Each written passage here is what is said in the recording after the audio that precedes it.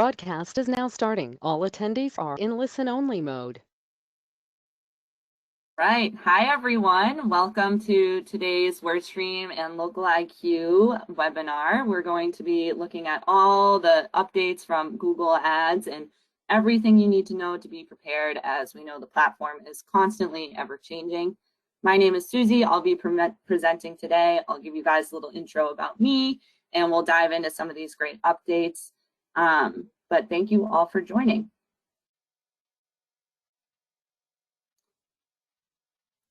All right, great. So a few logistics for today. The webinar will be recorded, so you will get a recording after this emailed to you. You'll also get extra materials, a quick workbook that describes everything that we covered in here today. So just be on the lookout for that. Just know we will be moving quick through a lot of stuff, but you'll get all of it afterwards to review. So keep that in mind that this is recorded. Also, be sure to submit your questions for the Q&A. You can use the chat box in that chat feature right in here, and we'll do a Q&A at the end. So if anything that I talk about today trips you up, you want more information, stay on. Towards the end, we'll run a Q&A, which will be great as well. So before we dive into the material today, I do want to talk to you guys about a little bit about who we are. So who is Local IQ? We're a local-based national digital marketing agency where we help small businesses and businesses of all kinds, all sizes, succeed in their marketing goals. So what we do is we offer full digital marketing suite for anything and everything you need in your marketing portfolio. That could be so many different things, from SEO to PPC to everything in between, content. We have a whole suite ready to go and help you out. We have reached over 155 million consumers for our clients. We service across 46 states in the country, and we're one of the largest media companies together in partnership with the USA Today Gannett Network.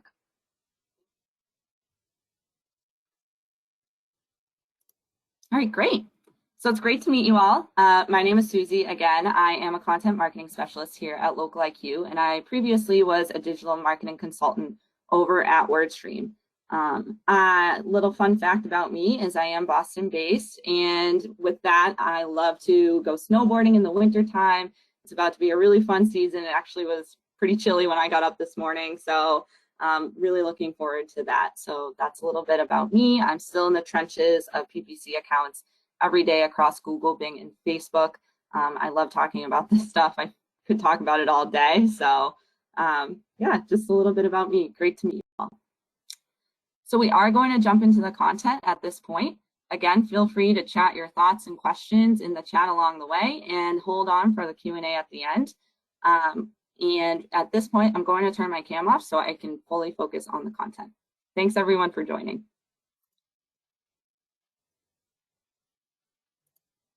All right, so today's agenda, we're going to take a look at the sunset of the modified broad match keyword. We're familiar with that, old news here, but we are talking about 2021 Google updates.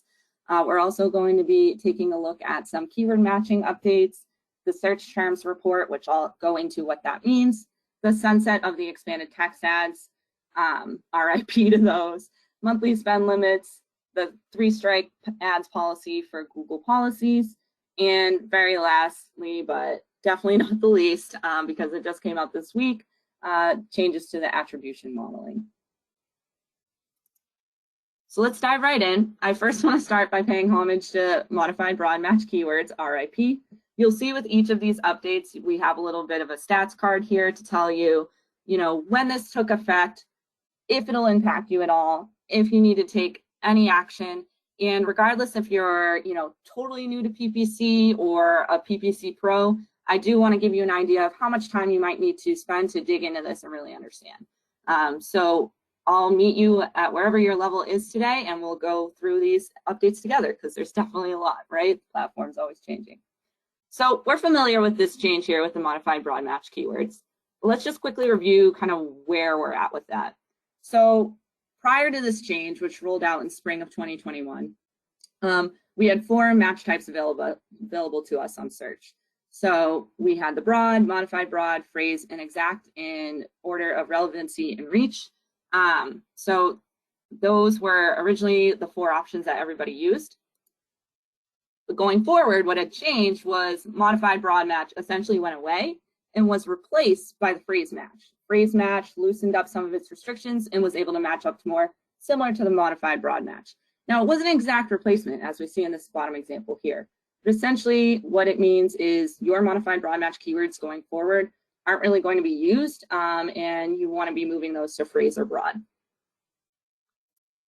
So those changes fully went into effect in July 2021. So you should already see this in your account. We've been talking about this for a while, so you should be caught up to speed at this point. But if you do have any remaining modified broad keywords in your account, make sure to change those match types, pause, or either switch them to broad or phrase or exact, depending on your needs.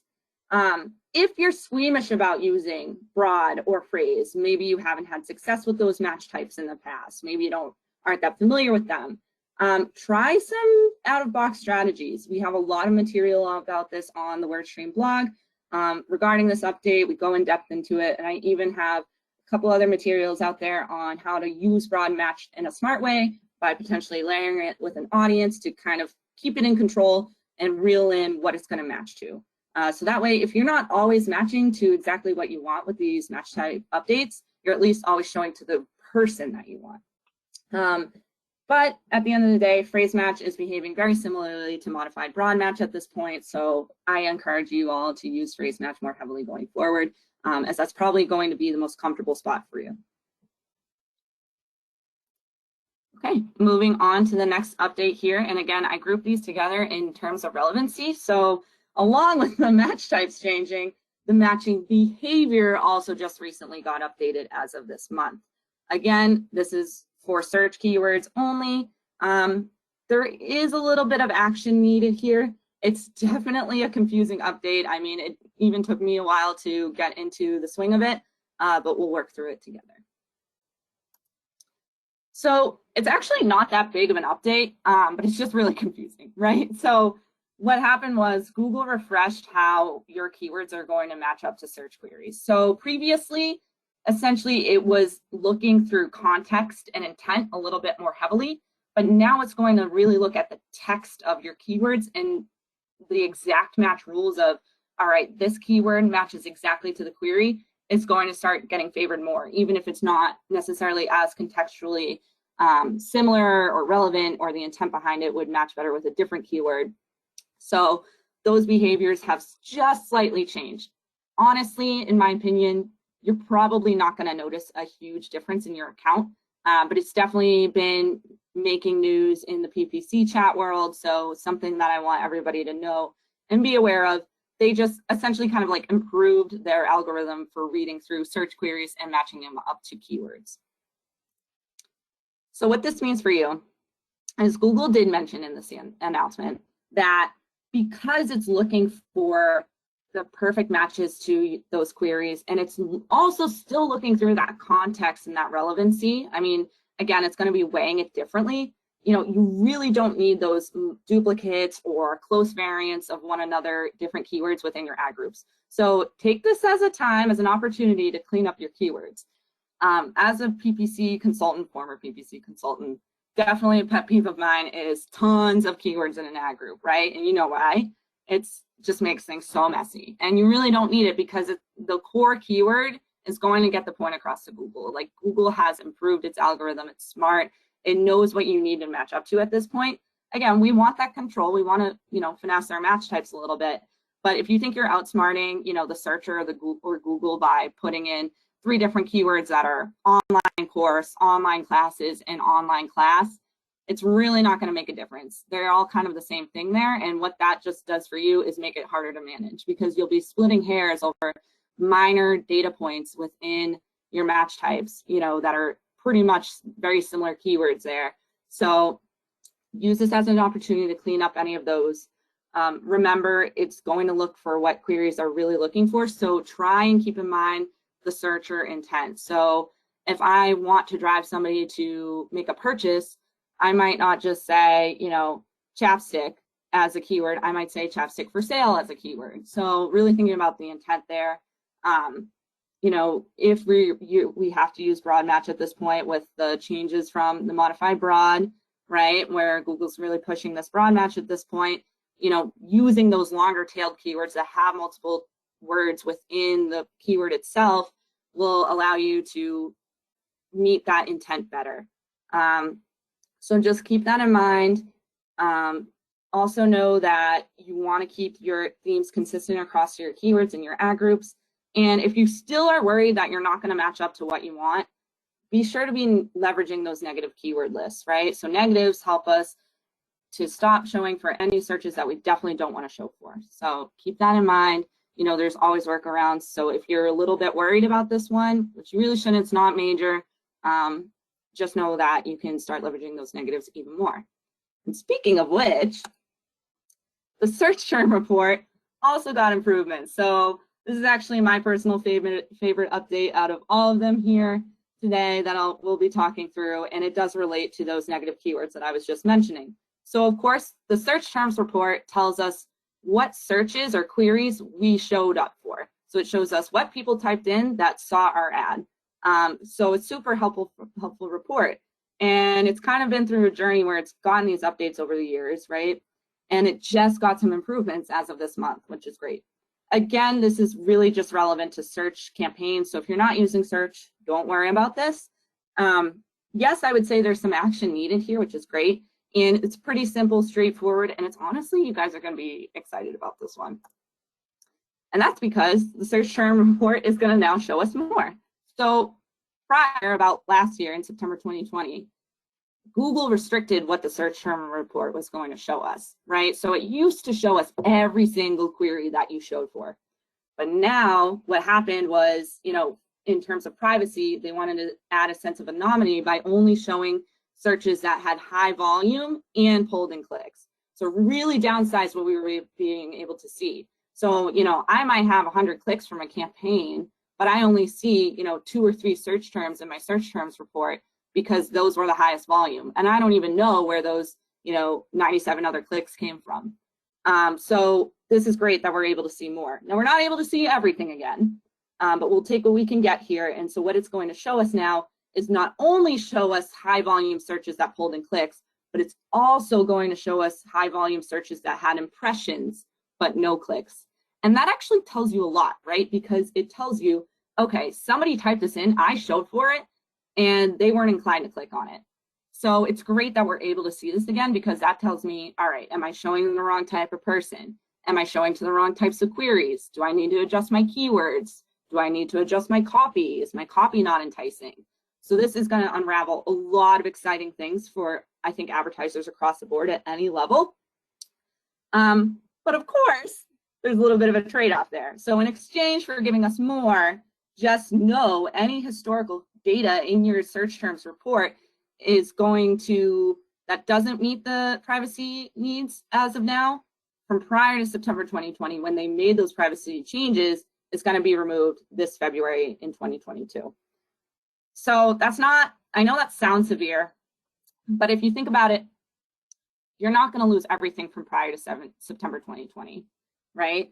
It's only going to be those queries that are maybe low volume, that don't really meet the privacy needs of today, and they're from 2 years ago. So if you're still kind of bent out of shape over search queries that you showed for 2 years ago, odds are the search space has definitely changed for you since then. So not major, we'll still have data. And the good thing is we have some leeway, we have some heads up. So you are able to save and export and take screenshots of your old search terms from prior to September 2020. So I would advise that you guys start looking into that, and we'll talk about those action items next. So again, save those searches from before September 2020 if you're worried about it, if you want to keep that just for your records to know what you were showing for that maybe wasn't as high a volume. But take this as a positive. Start using the search terms report more. You know, we're able to see more. You'll be able to leverage more negatives. You'll be able to make more of those conductive reasoning changes for your account. So it's definitely helpful, especially with the push for broad match and for automation. this is definitely a step in the right direction from Google. They also mentioned in the announcement that there is a beta page in the platform right now, the Insights page, that will eventually be showing keyword themes and trends for what we're showing for. So we'll be able to theme out what types of keywords we're showing for, which helps us get a better idea of how we should theme out our ad groups. If you still feel like you're not seeing enough, another workaround is you can use two tools, Google Trends, which shows the interest of searches over time in certain geographical areas, which helps us understand, all right, are people going to be looking up these types of keywords or not? And then it also, we can look at Auction Insights, which gives us a better idea of what the SERP looks like for us. Auction Insights shows us right within the platform, you know, what other domains or competitors really also showed on the SERP the same time that our ad showed on the SERP for the same keywords and the same queries. So this will help you get a better idea of what the SERP looks like for you. All right, great. So kind of switching gears here, but still staying in the realm of search.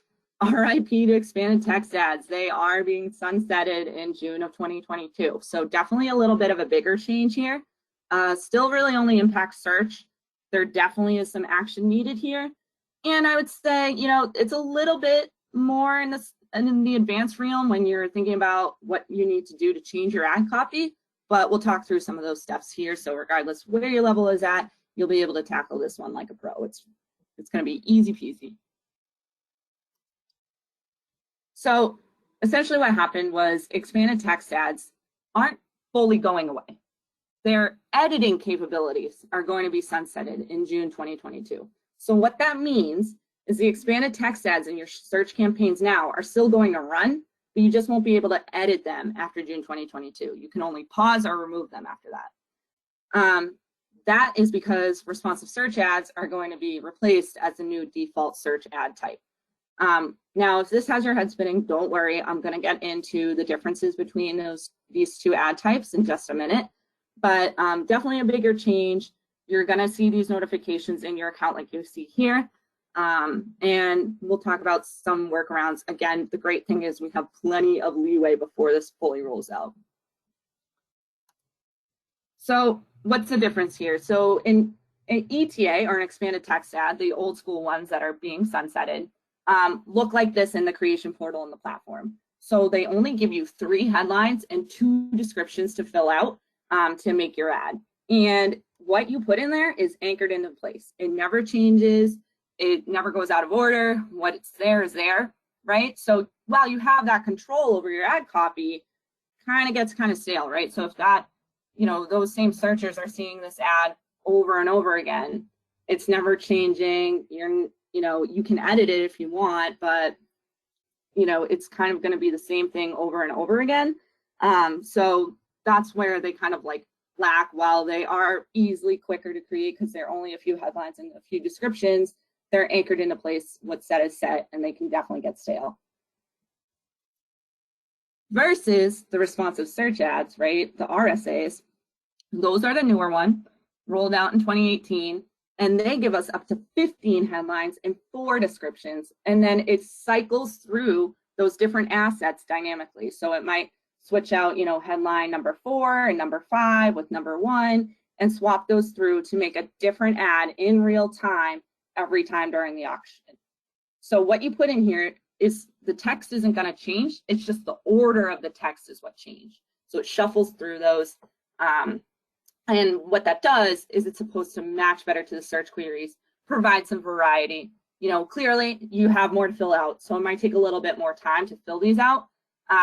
But honestly, I've seen historically in my own experience with dealing with a ton of different accounts, they're starting to perform better at this point, which is cool. So again, another visual here of how those responsive search ads work.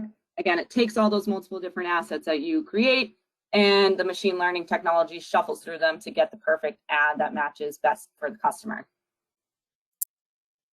And at the end of the day, they look exactly the same on the SERP. So if I'm just a consumer and I'm nowhere near in the realm of PPC, I have no idea what an ETA or an RSA is, and it looks exactly the same on the SERP.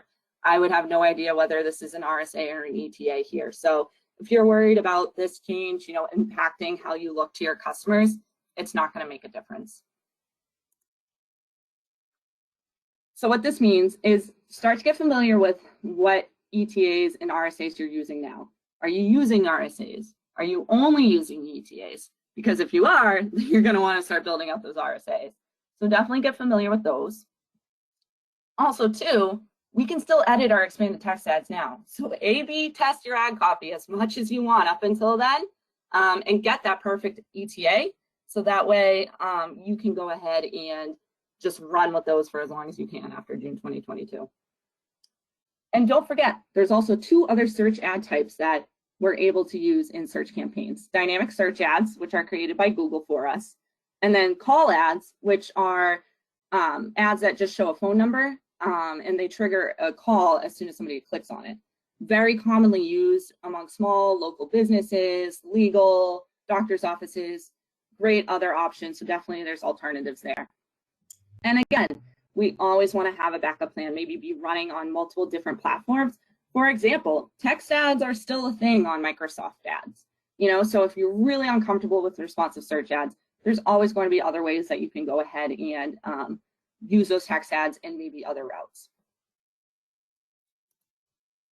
Okay, so we just switched from some search specific changes and we're going to go over to some account specific changes here. So the first is the monthly spend limits. Kind of a minor low-key change, didn't cause a ton of ruckus within the community. These rolled out in June 2021. It really only impacts accounts that use credit card payments. So if you're using invoicing, you actually already have this ability. You don't need to take action on this one. It's pretty simple, but still something good to keep in mind. So essentially what's going to happen, or has been happening now, and this is still rolling on accounts, so don't panic if you don't see it in your account right now. But accounts paying by credit card now have the option to cap off their spend at the account level. So this is helpful if you're really budget tight and you're worried about going overspend. You can finally cap it off, whereas daily budgets, we continue to go over, we can easily overspend, and so on. But you're still going to need to use those daily budgets, so just keep that in mind.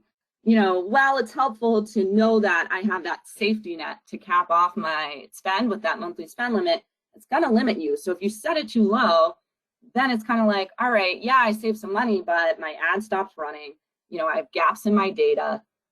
Things got capped off, things got cut off, and then you have to start all over again in next month. So, maybe give yourself some cushion if you are going to set this up. It definitely is helpful for those that are low on budgets, which definitely I've been there with some small business accounts. It's totally understandable. But, just keep in mind, you're still going to need to use those daily budgets.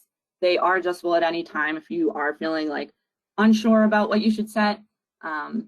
And yeah, this is just a great way to just keep your spend in check, which is super important to everybody. I definitely know that. All right, another account level change here is the 3-strike policy. You might have seen it's both on the Local IQ and the WordStream blog, which is great. So you can definitely dig in further there. Essentially, this rolled out in July of 2021, this past summer. It really only impacts high-risk businesses, and I'll get into what that means. There is action in a way. I think this is a lesson to all of us, even if your business doesn't fall into these categories that we'll talk about, because it's a lesson on being able to be nimble with any sort of disapprovals or changes that Google throws at us. Definitely a little bit more intermediate. Again, you need to be comfortable with appealing any disapprovals and contacting Google support. So I'll kind of show you guys how to do that. So essentially what this 3-strike policy is it's only for certain policies under Google Ads. So Google Ads has dozens of ad policies, right? But there's 3 specific policies that if ads violate this, they're now going to get like penalties in a series, and eventually it leads to account suspension. Sounds severe, but remember, it's only going to impact these 3 here, which is enabling dishonest behavior, which that is like if I'm selling, spyware or malware on my, ad text, that would definitely cause like an enabling dishonest behavior disapproval.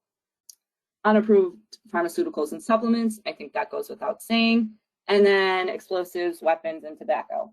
Now, this is the one that I think people might be most concerned about, because I definitely know I've even worked with clients that are, legal certified merchants of, weapons, firearms, whatever it may be.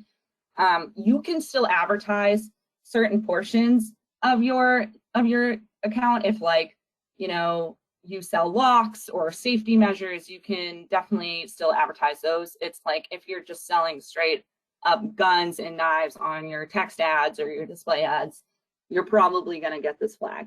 So we'll talk through kind of how to work through that. But again, most folks won't get impacted by this. Now, again, don't quote me on that, right? Like, I've definitely seen a few of those one-off occasions with the automated review process that doesn't think through ads like a person would, right? Where somebody's like, my ad has nothing to do, my business has nothing to do with these three, and you can still get it by accident, but it's a one-off occasion. You can appeal it. So we'll get into how to make those appeals next. So again, how those strikes work is you're first going to get a warning, and then they're in actually a huge window of time in between each one. So you're really only going to get your account suspended if you're like repeatedly getting these ad disapprovals across the board. And so here's kind of a breakdown of what types of penalties that you'll get. You'll only get a suspension or account temporary hold after the first strike for 3 days, within 90 days of the warning, and then 7 days for the second strike, and then third strike, which again, you would have to be at this point getting 3 disapprovals within 90 days, you would get an account suspension. So how to combat this is just know how to leverage appeals. It's right in the policy section of the platform, and you can file those appeals at any time to appeal any sort of like maybe incorrectly flagged ads, or if you feel like you've made a change and you want to still run the ad. Be comfortable with contacting Google support. There's multiple different ways to do it. You can call, you can chat them online, you can send them an email. That's going to be your best bet with these account level policies. And just remember, most of you guys are going to be totally safe from this, but just keep it in mind, there could be more policies rolling out in future. Google hasn't confirmed, but I wouldn't be surprised a lot of these times where they roll out these updates, it's because they have plans to maybe do more of this in the future. And a good rule of thumb is if you're questioning it of like, is this going to get disapproved? Don't put it live. If you're questioning it, don't do it. And just know you'll still be able to see like if your ad is disapproved in the status column of the ad section of the platform. And again, always have a backup plan, right? So like Microsoft ads wouldn't have this policy. While they have policies in place as well, they don't have the same ones. Like every platform is going to have a different set of policies. Facebook is completely different from Instagram, which is completely different from Google. So make sure your advertising is well-rounded across multiple channels, so that way you're never really hurting if one gets taken down and the other is still running.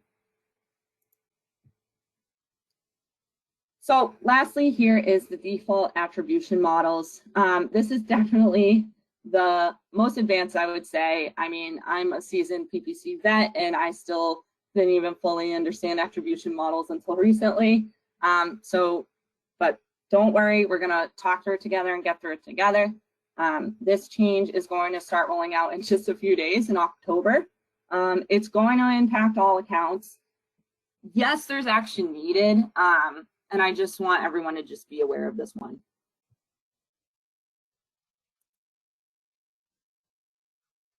So I want to quickly refresh what attribution models are.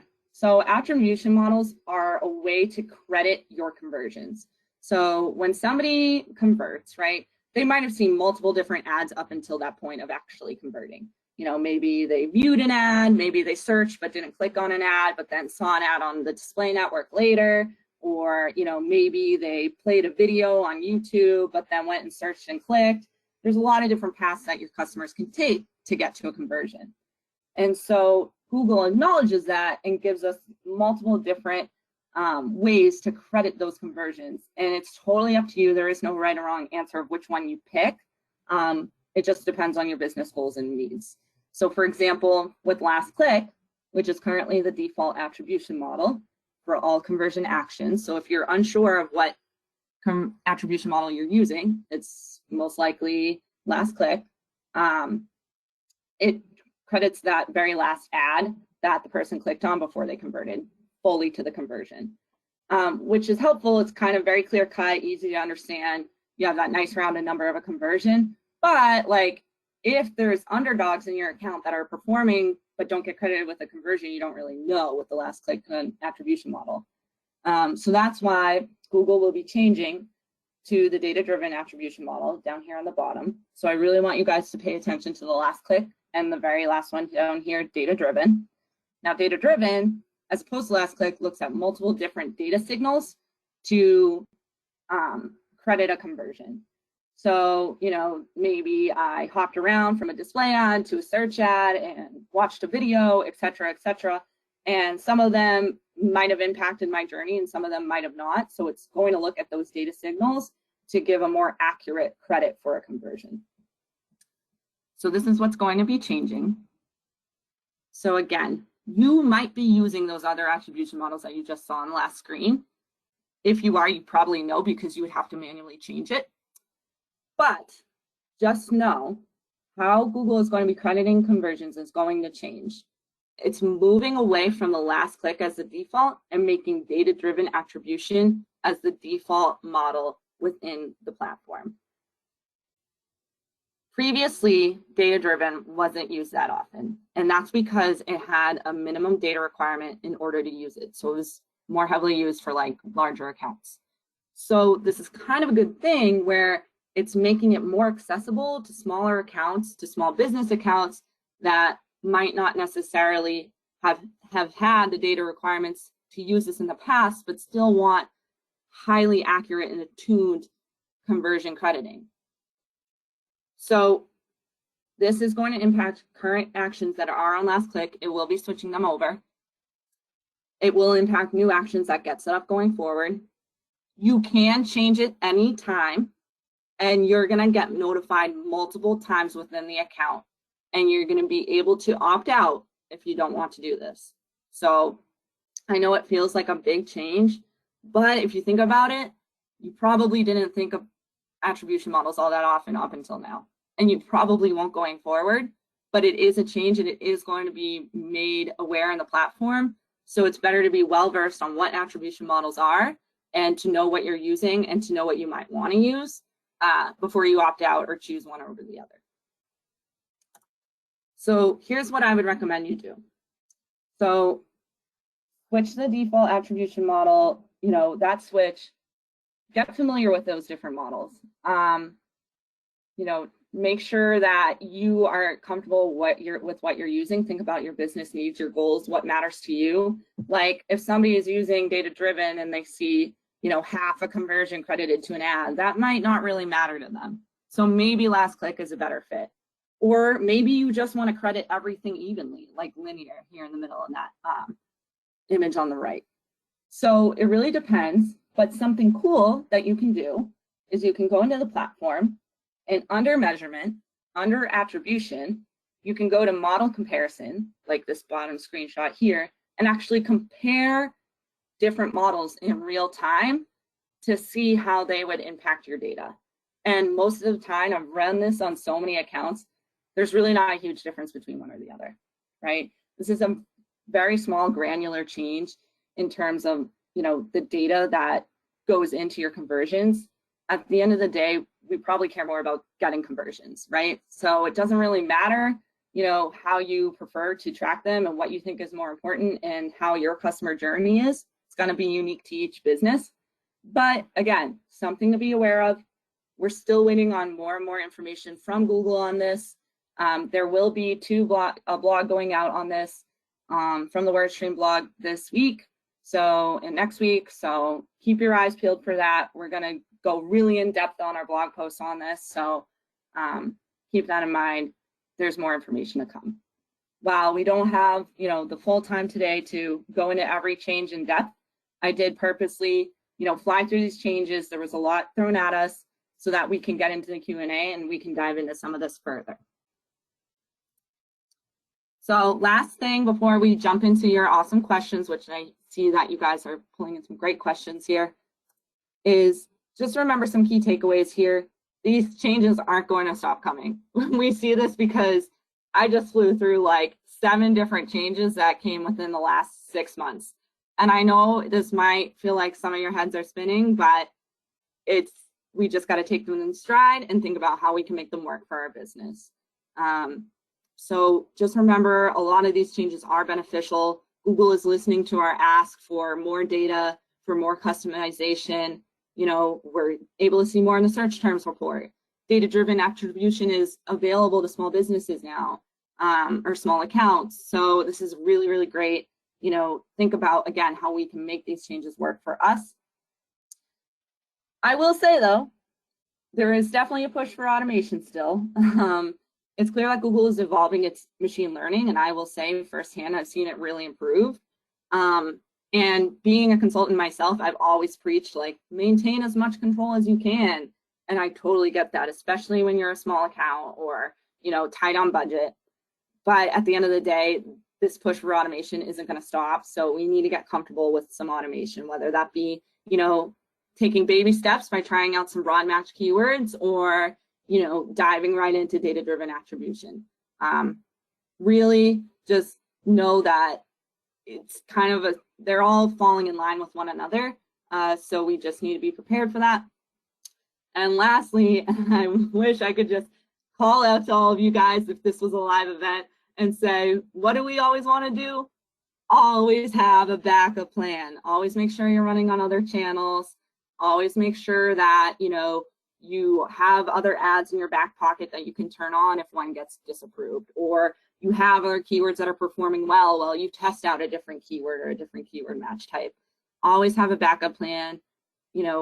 Leverage other platforms that have different policies in place and different updates going on. Each platform is unique. Each platform is different. And there is no one better than the other. They'll all benefit your business holistically. So be sure to be running a multi-channel strategy. It'll definitely help you out in the long run and leave you with less headaches. All right, so I will hand it over. There is going to go ahead and be a poll. I know that before we jump into Q&A, there's definitely a lot that we just covered. So if you don't want to worry about the ever-changing updates and you would like to learn more about how Local IQ can help you manage these updates and get through this together with them and do all of that fun stuff, feel free to pop into the poll and say, yes, I'd love to learn more about how Local IQ can help me take care of these changes for me, or you want to go ahead and continue to manage on your own.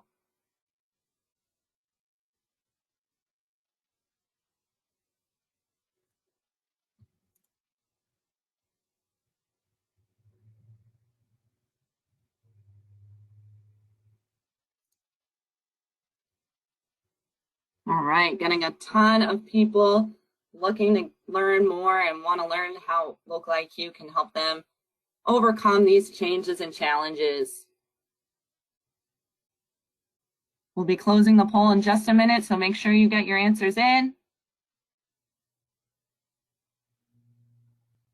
All right, great. So we'll keep that question up.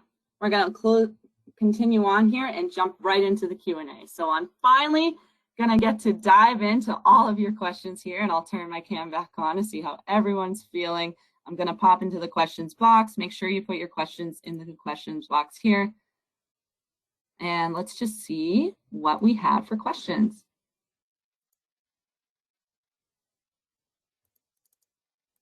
Okay.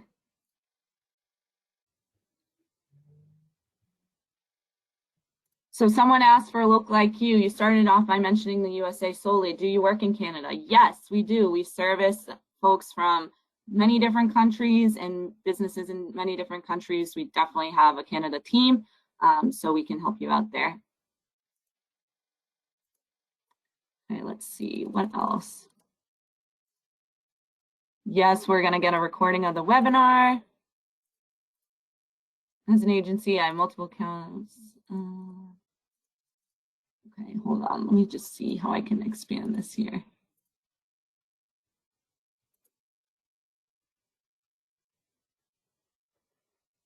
Someone asked, do these new analytics also apply to organic searches or just for Google Ads? Good question. It's just for Google Ads right now, but there's always updates coming out for organic as well.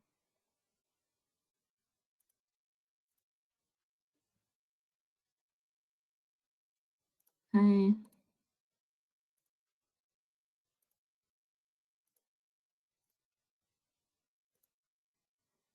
Good question here. For responsive search ads, does Google match the search term to the keyword in the headline and description, or does Google just figure out which headline description yields better CTR and then use that arrangement for more frequently?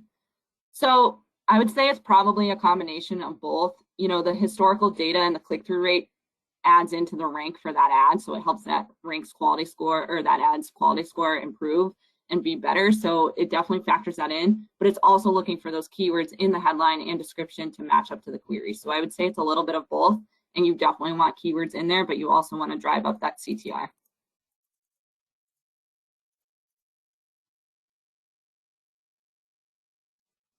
Okay.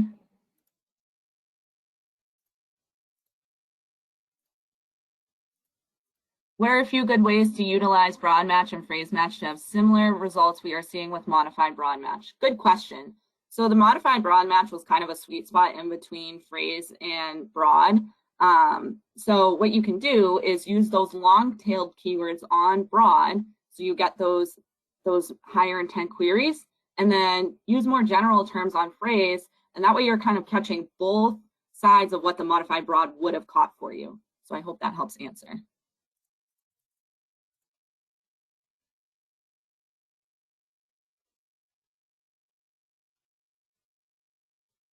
Is there an attribution model that's best for long-term buying cycles? Great question. I would honestly say a more advanced model like a data-driven attribution model would be best. And that's because it's going to look at multiple different signals over time. So it will be looking at that. Another good example of like a time-based attribution model would be time to get to K, where it will look at ads that have shown over time and had interactions over time and credit the ones closer to the conversion, and the ones that were further away over time get less of that credit. Or you could do a position-based attribution model. Now, position-based attribution models, I think, would be a great fit for long-term buying cycles, and that's because they credit the conversions for the first ad and for the last ad, and then give a bit of the credit into the interactions in the middle. So for example, what's going to happen is the very first ad the viewer sees gets 40%, that interacts with, gets 40% of the credit towards the conversion. And then the very last ad that same viewer sees that then causes them to convert also gets 40%. And then in the middle, each little interaction in between gets 20%. So that'll look into that long-term buying cycle a little bit more in depth. If you successfully appeal a declined ad, will the strike still be given? No, it will not. So once your ad is appealed and it's back running, it's kind of like you're in good standing again. So if you can catch it before you get that strike or that warning, definitely do so. So start appealing as soon as you get the warnings, and that way you'll be in good standing going forward. And if, for example, you get that same disapproval outside of the 90-day window, like let's say in 180 days I get the same disapproval, you're not going to get you're not going to be put on the second level strike. You're going to be put back on the first one. So it is a bit forgiving. Thanks for asking that, Jake.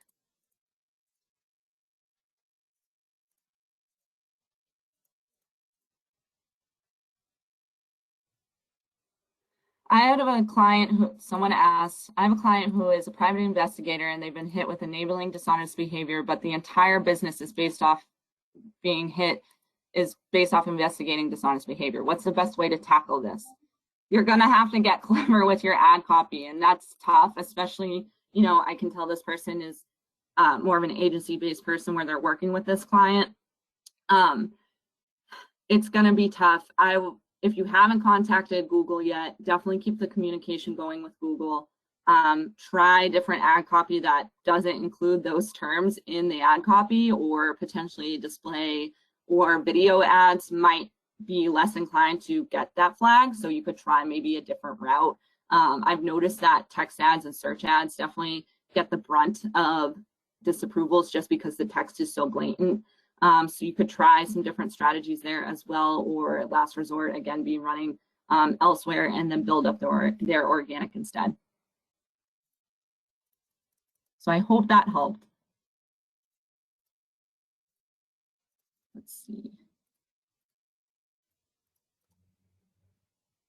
Are there any future plans to sunset call-only ads? Great question. I actually also wondered this myself. And that's because I feel like call-only ads have been around forever. And what's so funny is they're so simple, right? They just have that number, they trigger that call, you know. And what's funny is I saw on the platform months ago that they updated it to actually include a headline as well. So not only have call-only ads, if you prefer to call them that, they've been around for a long time and are still running, haven't had a mention in that announcement about ETAs, but they also just recently got updated. So Google hasn't dropped anything, and I would never want to spread false information, so I can't say one way or the other, but we haven't had any announcements from Google's about sunsetting call ads, so I would say for now you're safe to use them for the foreseeable future. Can you use data-driven attribution for call ads? What is the ideal attribution model for call-only ads?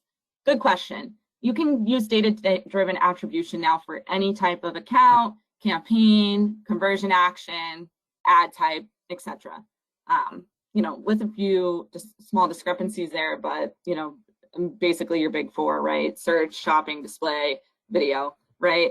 So with that, you know, it would fit fine. There isn't really a set attribution model for certain ad types. It's not really about the type of ad that you use. It's more about the customer journey and the type of business that you are, and the type of data that you leverage. So I'd say that's a fit. There isn't like I said, there's no like right or wrong or yes or no answer to attribution types. Great question here from Fisher. Here we go. They said, what's the best place to look at? Oh yeah, from here, GA. Where's the best place to look or be alerted to stay on top of these changes? Google Alerts, Google Blog, etc. There's a few places. First stop, of course, should be the word stream in the local IQ blog. But also, the platform has these notifications right in it. So if you're active in the Google Ads platform, you'll see that little bell in the top right, and that'll alert you of these notifications where you can like opt out of data-driven attribution, get more information on expanded text ads going away, and so on. So that's another place. There's also a running Google blog. I really recommend you guys check that out. For a long time, I didn't even check it out, but it's helped me tremendously in staying on top of these. So definitely take a look at that. And then they also have a running list of the Google Ads updates as well, that you can take a look at too. So just run a quick Google search, it'll pop right up, and they list out their updates by date on one specific page. So I hope that helped answer. Let's see. We still have a few more minutes, so keep those questions coming through.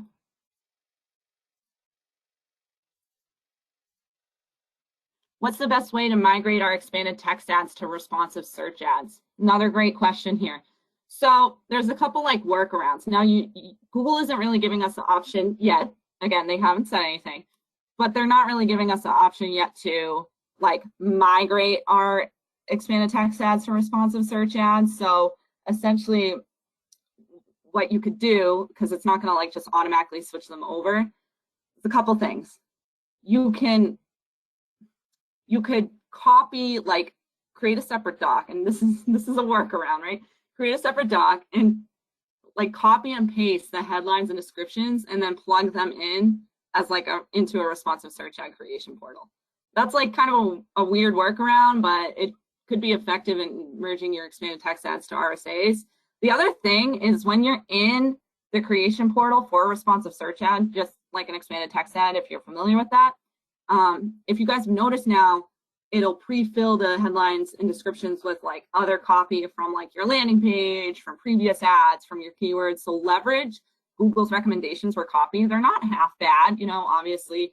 Again, everything's automated. It's not thinking through it like a person. So you don't want to just like plug in the recommendations blindly, but I found it helpful to save me time when I'm creating responsive search ads to just like click, yep, that headline works, that headline suggestion works, and so on.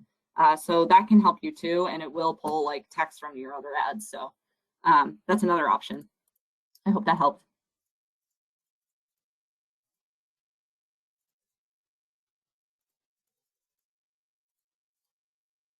Let's see. Yes, there will be a recording emailed along with materials. Okay, another good question. Does WordStream tool help in changing old broad match modifier keywords to phrase match all at once? So you can do that in the WordStream software. You can also do that in the Google Ads platform, and you can also have your local IQ customer success representative and digital marketing specialist help you out with that as well, and they'll do it all for you. So there's options across the board for that.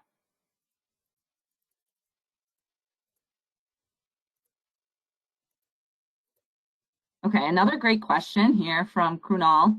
It seemed like you recommend adding ETAs in the account, which you can pause, unpause later for when RSA's June 2022 go live. One wouldn't be able to edit ETAs? Yeah, great question. So let me clarify. So RSAs are already available. So a lot of folks are already running them. So you can create those as soon as you want. You don't have to wait until June 2022. If anything, I actually recommend that. Another thing is what I was saying here is you're probably already running expanded text ads in the account. Most search folks are, in which case you probably like the ads that you're running at this point. You know, maybe you make a few tweaks, but you probably don't want to let go of those expanded text ads just yet. But sadly, we will have to let go of our editing capabilities at some point, and eventually they may go away. So what you'll want to do is edit the ad copy now while you still can, because eventually you will not. So I don't really encourage at this point creating new expanded text ads. It wouldn't be a good idea because, again, you won't be able to edit those later. I'd focus more on building out responsive search ads. I hope that helped answer the question. All right, I got a little bit of time for a few more. Go Red Sox, love to see it. Okay, great question here. Well, how will responsive search ads affect video ads compared to standard? Great question. So just to clarify, responsive search ads are only available on the search network. So search campaigns are the only campaign type that have responsive search ads and expanded text ads. So your video ads are safe for now. However, there is a form of a responsive display on display. That was not included in this announcement. So I would say, again, you don't need to worry about that right now. Thank you for asking, Kurt. Yes, this is being recorded. Someone asked a question, and we didn't cover this today, but this is a great question. What do you think of lead form extensions? For those of you who don't know, ad extensions are a form of an add-on onto an ad where it gives the viewer an additional portion to click on or to learn more about your business, adds a little bit more text, can definitely take up more space on the SERP. So lead form extensions are a form of an add-on to an ad where the user can fill out a form right from the ad without actually arriving to your landing page. In my experience from using them, Laura, they have been effective, and I would recommend trying them out. Extensions definitely help your ad rank. They help you try out some new material. Again, provide some variety with your ad copy. And again, lead form extensions are great because they're another way to kind of like pull in some conversion. So definitely worth it if you're a lead generation business.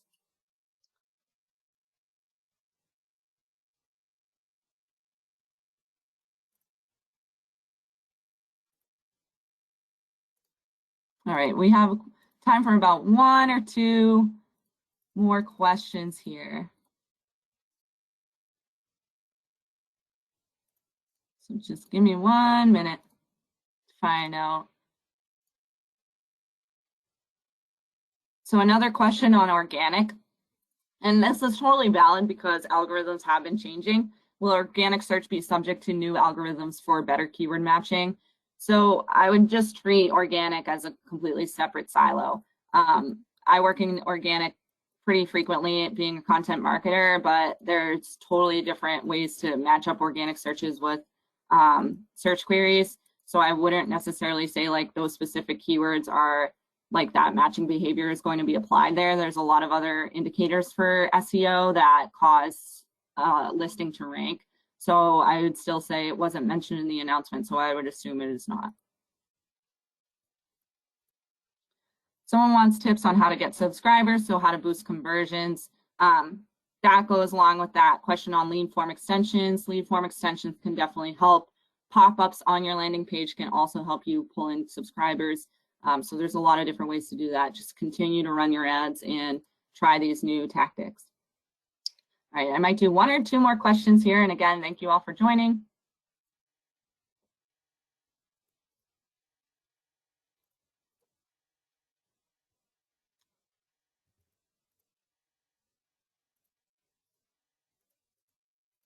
Okay. So somebody asked if they don't need their ads to run because, and this is a common issue with small businesses, and this is where I'll kind of like wrap things up. Someone asked if they don't need their ads to run because they have so many clients that they don't really have the bandwidth to take in more, like what they should do in that situation. Don't completely give up on advertising. It's always good to have your business and to get your name out there. Even if your like leads are slow, what you would need to do is you need to change your messaging. Potentially you focus more on a brand awareness type of campaign where you're running display or video versus, you know, running a hard hitting lead generation campaign with search ads. So always be thinking of what creative ways and new campaigns you can run. Display is relatively inexpensive, click by click, and it's great for brand awareness. So keep your brand out there and keep out on advertising, you guys, because these are great questions. Everyone has opportunities on Google. I know it sometimes can be tough, but you know, you just want to continue to get your brand out there. That'll help you the most with your business. Thank you all for joining. There's so many amazing questions. I wish I could answer them all. Like I said, I love to answer all of these, but I do want to go ahead and say that we'll have to wrap up. If you have more questions, again, don't forget to fill out that poll to get your questions answered by an expert, and you'll be getting a recording. I'm always available on LinkedIn and on Twitter, Susie Marino PPC. Feel free to follow me, and thank you all for the time today.